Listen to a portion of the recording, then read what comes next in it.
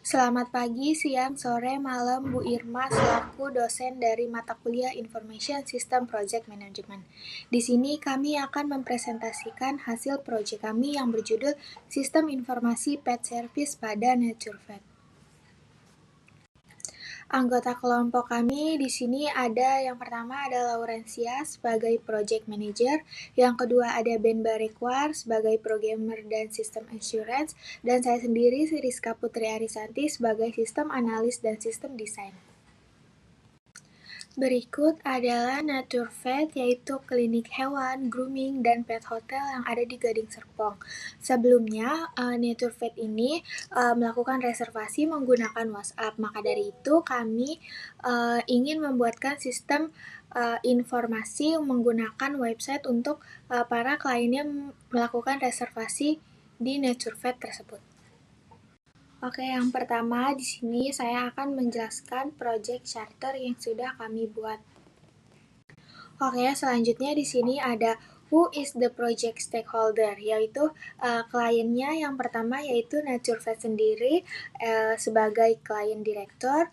Project timnya yang pertama ada project manager yaitu Laurencia dengan NIM 0000076947. Yang kedua ada sistem analis dan sistem desain yaitu saya sendiri Rizka Putri Arisanti dengan NIM 0000115199. Dan yang terakhir ada programmer dan sistem assurance yaitu Ben Barekwar dengan NIM 0000078346. Selanjutnya di sini ada project information dari NatureVet sendiri yaitu project sponsornya Ibu Dr. Irmawati, Eskom MMSI, dan juga PT NatureVetnya sendiri. Lalu project manajernya Laurencia, project start date-nya kami memulai pada 6 Februari 2025, lalu selesai di 1 Mei 2025 dengan budget kemungkinan 50 juta rupiah. Selanjutnya di sini ada objektif dari project charter, yaitu tujuan dari project kami yaitu untuk merancang dan membangun website untuk sistem informasi perusahaan NatureVet yang mencakup manajemen layanan hewan peliharaan, pemesanan layanan, pengelolaan data pelanggan, dan komunikasi dengan penyedia layanan. Serta bisa juga untuk meningkatkan efisiensi operasional dan pengalaman pengguna melalui desain yang responsif. Selanjutnya di sini ada deliverables. Yang pertama yaitu desain website, yaitu desain visual dan tata letak website yang responsif dan user friendly. Yang kedua ada fungsi layanan, yaitu bisa sistem pemesanan layanan untuk pelanggan, termasuk kayak penjadwalan dan pengelolaan data layanannya. Yang ketiga ada database pengguna, yaitu sistem manajemen data untuk pelanggan dan layanan yang terintegrasi. Yang keempat ada integrasi pembayaran, yaitu fitur pembayaran online yang aman dan mudah digunakan.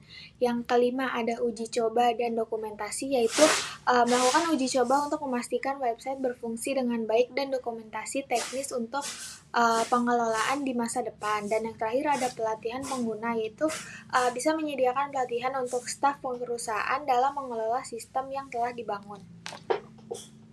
Lanjut, di sini ada boundaries dari website kami, yaitu project ini mencangkup perancangan dan pengembangan website yang sepenuhnya terintegrasi dengan layanan yang tersedia di perusahaan NatureVet sendiri. Nah, pembaruan dan pengembangan lebih lanjut dari sistem manajemen internal perusahaan atau sistem ERP yang ada saat ini belum termasuk dalam cakupan project ini. Nah, website ini dibangun untuk mencangkup antarmuka pengguna untuk pelanggan, namun tidak akan mencangkup aplikasi mobile atau pengembangan sistem back-end yang lebih kompleks. Selanjutnya di sini ada acceptance kriteria, yaitu website kami harus bisa memenuhi standar desain untuk perangkat desktop atau mobile. Semua fitur yang dijanjikan seperti pemesanan layanan, manajemen pelanggan, dan pembayaran online harus berjalan dengan lancar dan bebas dari bug. Selain itu, website kami juga harus memiliki tingkat ketersediaan akses tanpa gangguan. Selanjutnya ada limitation dari project kami, yaitu Di sini bisa memiliki batasan pada pengembangan website sistem manajemen internal perusahaan NatureVet. Selain itu, pengembangan fitur seperti integrasi AI atau layanan berbasis geolokasi tidak akan bisa mencakup dalam anggaran dan waktu yang ditentukan. Selanjutnya di sini saya akan menjelaskan bagian Project Management Plan. Selanjutnya di sini ada project requirement in detail. Yang pertama ada functional requirement, ada non-functional requirement, yang ketiga ada technical requirement, yang keempat ada regulatory dan compliance requirement, yang kelima ada user and stakeholder requirement, dan yang terakhir ada constraint dan assumption. Selanjutnya di sini ada functional requirement. Yang pertama ada user registration and login, yang kedua ada service booking system, yang ketiga ada customer management, yang keempat ada pet medical record tracking, yang kelima ada service management, yang keenam ada payment integration, dan yang terakhir yang ketujuh ada content and information page. Selanjutnya di sini ada non-functional requirement. Yang pertama ada keamanan. Jadi di keamanan ini bisa mengenkripsi data pengguna dari kebobolan dan juga transaksinya bisa lebih aman. Yang kedua ada kinerja, yaitu website harus tetap responsif saat diakses oleh beberapa pengguna. Yang ketiga ada responsivitas, yaitu tampilan website harus bisa menyesuaikan layar desktop atau mobile. Dan yang terakhir ada ketersediaan sistem, yaitu sistem bisa dapat diakses 24 jam per 7 dengan uptime minimal 99%.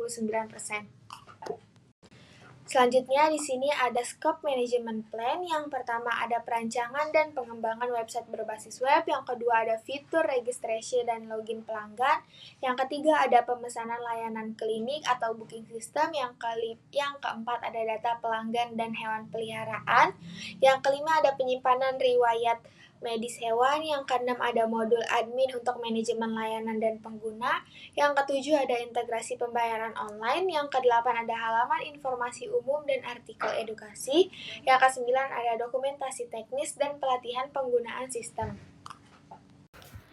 Nah, selanjutnya di sini ada schedule management plan, yaitu untuk proyek pengembangan website informasi pet service, yaitu di NatureVet, dirancang untuk memastikan seluruh aktivitas proyek berjalan dengan lancar. Nah, proyek kami dimulai dengan tahap identifikasi kebutuhan yang dilakukan pada tanggal 3-7 Maret 2025 dan dilanjutkan dengan penyusunan dokumen pada tanggal 4-10 Maret yang mencakup penentuan tujuan, penyusunan jadwal, dan identifikasi kebutuhan fungsional. Selanjutnya ada fase analisis kebutuhan web berlangsung dari tanggal 10 sampai 28 Maret yang meliputi pembuatan wireframe dan prototype, desain antarmuka pengguna, dan juga serta desain database. Lalu yang tahap terakhir yaitu testing prototype pada tanggal 31 Maret sampai 4 April yang mencakup pengujian web dan perbaikan bug. Kemudian dilanjutkan dengan finalisasi prototype pada tanggal 4 sampai 15 April untuk memastikan sistem berjalan dengan lancar dan siap untuk digunakan. Nah, rencana ini menjadi panduan project manager dalam memantau, mengontrol, dan menyesuaikan jadwal proyek kami. Selanjutnya di sini ada cost management plan, yaitu untuk pengembangan website sistem informasi pet service juga di NatureVet yang disusun dengan total anggaran 20 juta rupiah dan dibagi berdasarkan prioritas tiap tahapnya. Yang pertama untuk identifikasi kebutuhan dengan mendapat 3 juta rupiah 15%, untuk riset dan dokumentasi awal. Sementara penyusunan dokumen dialokasikan 2 juta rupiah 10% untuk perencanaan proyek. Selanjutnya ada tahap analisis kebutuhan web yang menyerap 7 juta rupiah atau 35%-nya sebagai alokasi terbesar untuk desain wireframe, UI UX, dan database design. Selanjutnya ada pengujian prototipe yang memperoleh 6 juta rupiah atau 30% guna menjamin fungsionalitas dan kestabilan sistem. Lalu sisanya 2 juta rupiah yaitu atau 10% dialokasikan untuk manajemen proyek dana cadangan.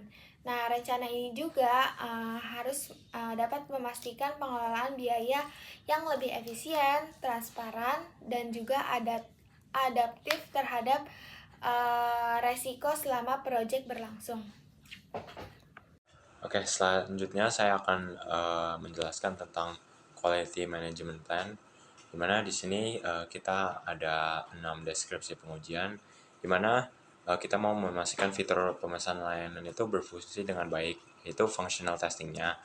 Setelah itu kita mau menguji input data yang salah, seperti mengosongkan form atau yang memasukkan format yang tidak valid itu bisa dilakukan error handling, yaitu dengan jenis pengujian negative testing.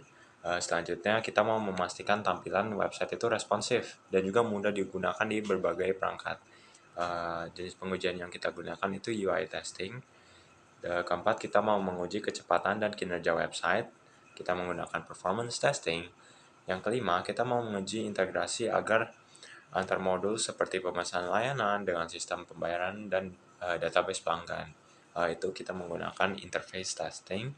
Dan selanjutnya kita memastikan fitur-fitur utama itu berjalan dengan baik meskipun ada pembaruan dan perbaikan sistem. Kita pengujiannya menggunakan regression testing. Dari ke-6 deskripsi pengujian ini kita sudah melakukan semuanya. Oke, kita masuk ke Pareto chart, di mana ini adalah berbagai masalah utama yang dihadapi pengguna di sebuah website berdasarkan jumlah keluhan yang diterima. Jadi sumbu horizontalnya itu menunjukkan kategori masalah, sementara sumbu vertikal kiri menunjukkan jumlah keluhan dalam bentuk bar chart. Di mana di sini kita melihat kesulitan pemesanan, keamanan data, dan tampilan website itu menjadi 3 masalah besar yang mencakup mayoritas keluhan, yang berarti bahwa memperbaiki masalah-masalah ini dapat memberikan dampak besar dalam meningkatkan pengalaman pengguna. Sekarang di CPI chartnya, di sini adalah Cost Performance Index dari suatu proyek dalam rentang waktu 4 bulan, di mana jika CPI satunya itu lebih dari CPI-nya lebih dari 1, maka proyek itu berjalan lebih efisien daripada anggaran yang direncanakan. Tetapi jika CPI dikurang dari 1, maka proyek mengalami pemborosan biaya. Di grafik ini kita bisa melihat bahwa CPI ini berada dalam 0,8 sampai 1, yang menunjukkan bahwa proyek ini sesuai anggaran. Seperti itu. Oke, sekarang kita masuk ke resource breakdown strukturnya, RBS. Di mana di sini kita mempunyai 5, yaitu pertama itu identifikasi kebutuhan dengan biaya 3 juta, di mana kita dalam melakukan riset pengguna, wawancara stakeholder, dan pengolahan data. Dan tools yang kita gunakan itu Google Form dan Google Docs. Kedua itu penyusunan dokumen dengan anggaran 2 juta, jadi kita gunain ini untuk pembuatan dokumen tujuan, jadwal, kebutuhan fungsional, dan tools yang digunakan itu Microsoft Word dan Project Libre. Yang ketiga itu analisis kebutuhan web, yaitu dengan biaya 7 juta, dengan kita melakukan aktivitas utamanya yaitu perancangan wireframe, UI UX, struktur database, dan tool yang digunakan itu Figma, MySQL, dan Draw.io. Yang keempat itu pengujian prototype, di mana dengan biaya 6 juta kita melakukan uji coba fitur, deteksi bug, dan optimasi performa, di mana kita menggunakan toolsnya seperti Visual Studio Code. Setelah itu manajemen proyek dan kontingensi, di mana biayanya itu belum biaya tetap, di mana sih aktivitas utamanya itu koordinasi tim, mitigasi risiko, dan evaluasi proyek, di mana kita menggunakan GitHub yang versi kontrol. Selanjutnya kita masuk ke Rachi chart, di mana di sini ada tugas kegiatan, manajer proyek, analisis sistem dan desain, dan penjaminan sistem. Di mana di sini ada logo-logo kecil seperti R, A, C, dan I. Di mana R itu adalah responsible, di mana orang yang melakukan pekerjaan untuk menyelesaikan tugas dan bertanggung jawab untuk mengeksekusikan tugas tersebut. Dan yang kedua itu accountable, di mana orang yang bertanggung jawab akhir untuk memastikan tugas ini selesai dengan benar dan membuat keputusan utama. Yang ketiga itu consulted, di mana orang atau kelompok yang memberikan masukan atau keahlian terkait tugas tersebut. Dan yang terakhir itu inform, di mana orang atau kelompok yang perlu diberitahu tentang perkembangan atau hasil tugas tersebut. Di mana di sini tugas dan kegiatannya itu perencanaan dan pencatatan proyek, pengumpulan kebutuhan, desain sistem, pengembangan web dan pemrograman, pengaturan database, pengujian penjaminan kualitas, pelatihan pengguna, implementasi sistem, peluncuran dan penerapan website, dan juga umpan balik dari dan pembaruan sistemnya. Oke, sekarang kita masuk ke communication matrix, di mana tabel communication matrix ini untuk kita mengetahui alur komunikasi dalam proyek ini menjadi lebih terstruktur dan terdokumentasi, sehingga tim bisa bekerja lebih efektif dan semua stakeholder dapat mendapatkan update sesuai peran dan tanggung jawabnya. Di mana di sini ada from atau sender, siapa yang mengirimkan informasi, receiver, siapa yang menerima informasi tersebut, information shared, jenis informasi yang dikirimkan apa, metodenya apa, frekuensi, seberapa sering komunikasi tersebut dilakukan, dan responsible person, yaitu orang yang bertanggung jawab untuk menyampaikan atau memulai komunikasi tersebut. Selanjutnya ada stakeholder engagement assessment matrix, di mana tabel atas ini adalah analisis keterlibatan stakeholder untuk proyek rancang bangun website katalog PT NatureVet, di mana ada stakeholder, current engagement, yaitu ada unaware, resistant, neutral, supportive, dan leading. Setelah itu ada desired engagement, dan juga action reward. Tujuan dari stakeholder engagement assessment matrix ini adalah untuk memastikan keterlibatan yang tepat dari semua stakeholder utama demi kelancaran proyek, dan kita mau menghindari miskomunikasi dan konfliknya. Sekarang ada kita masuk ke risk register, di mana likelihood ini dibagi menjadi 3, yaitu high, low, medium, di mana high ini sering terjadi, medium ini mungkin terjadi, dan low ini jarang terjadi. Setelah itu ada impact-nya, yaitu seberapa besar dampak dari risk tersebut. Dan selanjutnya ada risk rating, dari kombinasi likelihood dan impact. Setelah itu ada expected occurrence, kapan resiko itu muncul atau terjadi, dan ini berdasarkan WBS task yang kami buat. Setelah itu ada expected retirement, kapan resiko ini bisa dianggap selesai dan sudah ditangani. Setelah itu ada status, kalau masih open karena proyek belum selesai. Sekarang di risk probability quadrant, di mana risk probability quadrant adalah diagram berbentuk kotak grid yang digunakan untuk memetakan risiko berdasarkan tingkat kemungkinan dan dampaknya. Jadi tujuannya itu supaya kita bisa memprioritaskan risiko mana sih yang perlu diabaikan, yang perlu didahulukan, dipantau, dan dikendalikan lebih serius. Dimana di sini ada 5 warna. Ada warna hijau, warna kuning, orange, dan merah tua. Dimana warna hijau ini adalah risiko yang bisa di ignore, atau risiko yang bisa kita prioritaskan lebih nanti. Setelah itu yang kedua ada kuning, di mana risiko ini harus mempunyai peringatan. Yang ketiga ada oranye, di mana risiko ini perlu dianalisis lebih lanjut. Yang keempat ada risiko yang merah yang butuh ditanganin dengan baik. Dan yang terakhir itu resiko yang perlu semua terlibat dari stakeholdernya. Dimana dalam project kami ini kita mempunyai resikonya itu di moderate dan juga mild, jadi masih tidak terlalu serius resikonya. Kita lanjut ke program management plan, di mana kita ada dibagi 9, yaitu tujuan dan lingkup, identifikasi, perencanaan pengadaan, seleksi vendor, persetujuan kontrak, pelaksanaan, dan control measurement. Oke, jadi di stakeholder management plan kita membuat stakeholder engagement dashboard yang berisi 3, yaitu KPI, pie chart tentang unaware, aware, involved, supportive, dan leadingnya siapa, ada stakeholder, dan status kita bagaimana dalam project kami. Oke, sekarang kita masuk ke project closure kita. Oke, sekarang kita masuk ke project completion confirmation, di mana ada 3 step, yaitu konfirmasi penyelesaian proyek input, di mana isinya itu project management plan, requirement documentation, requirement traceability matrix, verified deliverables, dan status penyelesaian proyek dan progress deliverables. Yang kedua itu konfirmasi penyelesaian proyek, kita melakukan tools dan tekniknya itu inspection, decision making, meetings.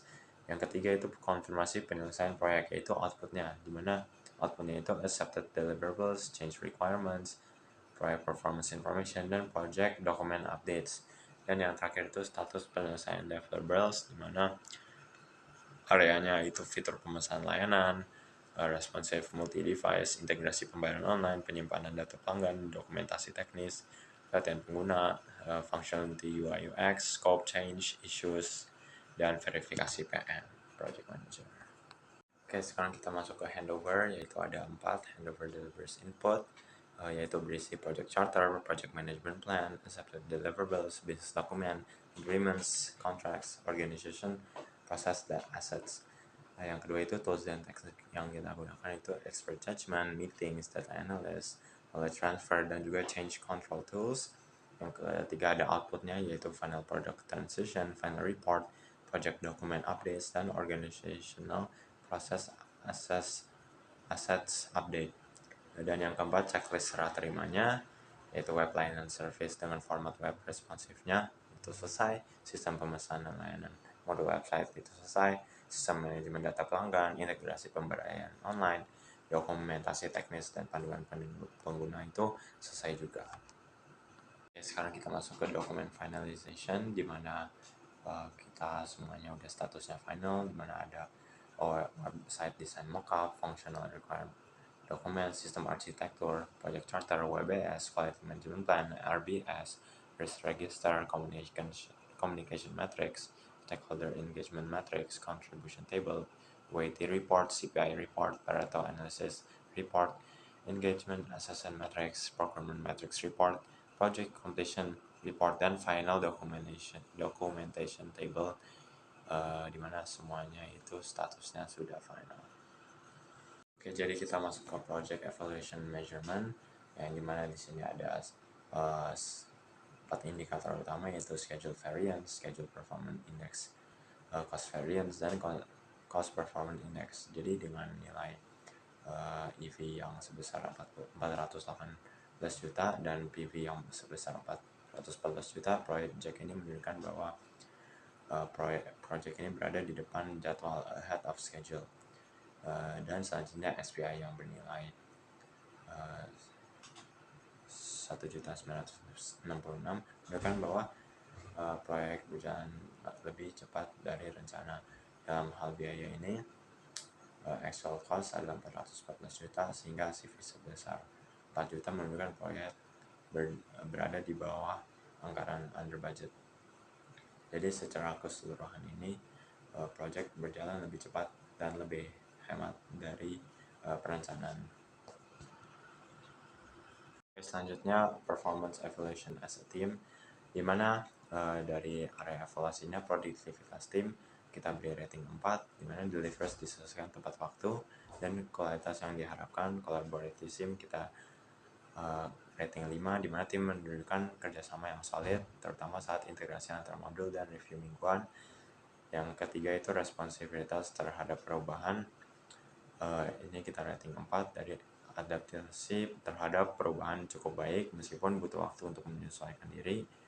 Keempat itu efektivitas komunikasi, kita beri rating 5, komunikasi antar anggota itu lancar.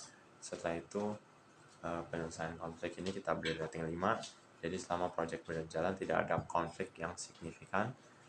Yang ke-6 kita komitmen terhadap kualitas, kita beri rating 4, kualitas output konsisten sejak awal hingga akhir proyek.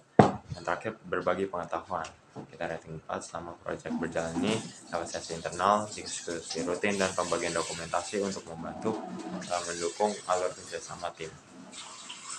Oke, jadi ini adalah project prototype kita menggunakan Figma. Di sini ada linknya. Jadi sekian dari kami. Mohon maaf jika ada salah kata. Demikianlah presentasi kami. Terima kasih.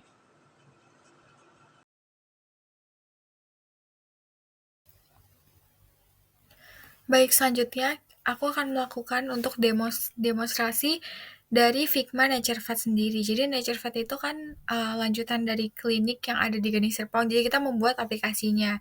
Dan kenapa kita nggak pilih desktop untuk website? Karena kebanyakan orang-orang jarang untuk melakukan pemesanan atau melakukan persetujuan untuk jadwal temu dengan klinik tersebut melalui desktop kayak gitu. Jadi kita buat yang versi mobile. Di sini udah ada di halaman login yang dimana ada email, password, forget password, akses login from Google. Di sini bisa forget password dulu. Kalau forget password ini bakal ada email, password lama, password baru. Nanti tinggal diganti password aja. Terus kalau misalnya ini kita bisa pencet ganti password, nanti bakal masuk ke awal. Nah, di awal ini kita bisa langsung daftar sekarang kalau misalnya belum punya akun. Dan ini registrasi, lalu langsung masuk. Dan tadi kalau misalnya kita pilih yang bagian login itu juga bisa langsung login. Jadi ini untuk yang tampilan homepage-nya yang dimana ini untuk tampilan riwayatnya. Jadi sini ada contohnya orangnya Carla Santana, dokter hewan, hari Jumat 23 Mei 2025. Pokoknya ini adalah riwayat-riwayat yang si user telah lakukan gitu. Mereka pernah melakukan surgery di kapan aja kayak gitu. Terus untuk selanjutnya ada halaman about. Nah, about ini khusus untuk informasi seputar booking pemeriksaan hewan. Lalu juga di sini ada Nature Vet yang dimana ada informasi seputar Nature Vet dari Nature Vet itu apa dan juga ada sosial media apa aja dan juga ada jam kerjanya kapan aja dan juga untuk nge-explore hal-hal yang lain kayak gitu. Selanjutnya di homepage ini kita ada ini mana ini booking sekarang. Ini adalah masuk ke halaman ini kalau kita pencet book now. Lalu juga di sini ada pet care. Kalau kita pencet pet care, kita bisa langsung nih bisa tahu ada akupuntur, X-ray, eksotik, surgery, hematologi, grooming. Nah, ini tuh adalah layanan-layanan yang disediakan oleh Nature Vet. Cuma untuk saat ini kan Nature Vet masih sistemnya itu by WhatsApp. Jadi segala appointment itu lewat WhatsApp. Jadi kami buatkan yang versi mobile biar mereka bisa langsung aja untuk appointment di sini kayak gitu. Jadi ini bisa isi nama lengkap, jadwal, jenis pemeliharaan, layanan, nomor WhatsApp, dan pesan. Nanti langsung aja kirim pesan, nanti bakal kekirim ke Nature Vet-nya sendiri, kayak gitu. Selanjutnya ini ada pet tips. Dan aku mau lanjutin dulu yang ini pet tips di sini. Bakal masuk ke pet tips atau pet service di sini. Kita bisa langsung pencet aja untuk pet tips yang pertama ini Elevate, kita bisa baca. Nanti kita bakal masuk ke artikel-artikel tentang hewan. Nah, kalau misalnya untuk si Nature Vet sendiri dia belum punya kayak gini. Jadi kita inovasiin menjadi ada artikelnya kayak gitu. Ini bisa bermanfaat banget untuk si pemilik hewan tersebut. Selanjutnya ini ada juga artikel-artikel yang lain dan juga kita ada halaman profile yang dimana ada informasi seputar orangnya dan juga ada email, terus ada petnya apa aja dan namanya siapa. Lalu di sini ada Nature Vet terdekat itu yang di Gading Serpong pastinya. Terus nanti kita bisa langsung aja kasih tau infonya dan untuk fiturnya kita ada ini, ada riwayat, about, home, service, dan juga profile. Selanjutnya di halaman paling atas ini ada ganti password dan juga logout. Kalau misalnya ganti password, kita otomatis masuk ke awal dan juga kalau misalnya kita tekan logout, ini otomatis keluar. Kayak gitu. Selanjutnya kita bakal beralih ke web admin. Nah, ini adalah tampilan untuk web admin yang dimana ada email, password sama aja. Lalu ini ada langsung akses saja. Dan dimana kita di sini bisa ngeliat orang-orangnya siapa aja yang melakukan riwayat kayak gitu. Lalu di sini untuk tagihannya, di sini ada tulisan tagihannya berapa. Misalnya namanya Jondu, Jumat 23 Mei 2025, nomor teleponnya apa, layanannya tuh apa aja. Nanti bakal muncul di sini dan harganya berapa. Jadi ini untuk tampilan si adminnya. Nanti adminnya bakal bisa akses kayak gitu. Terus selanjutnya untuk about,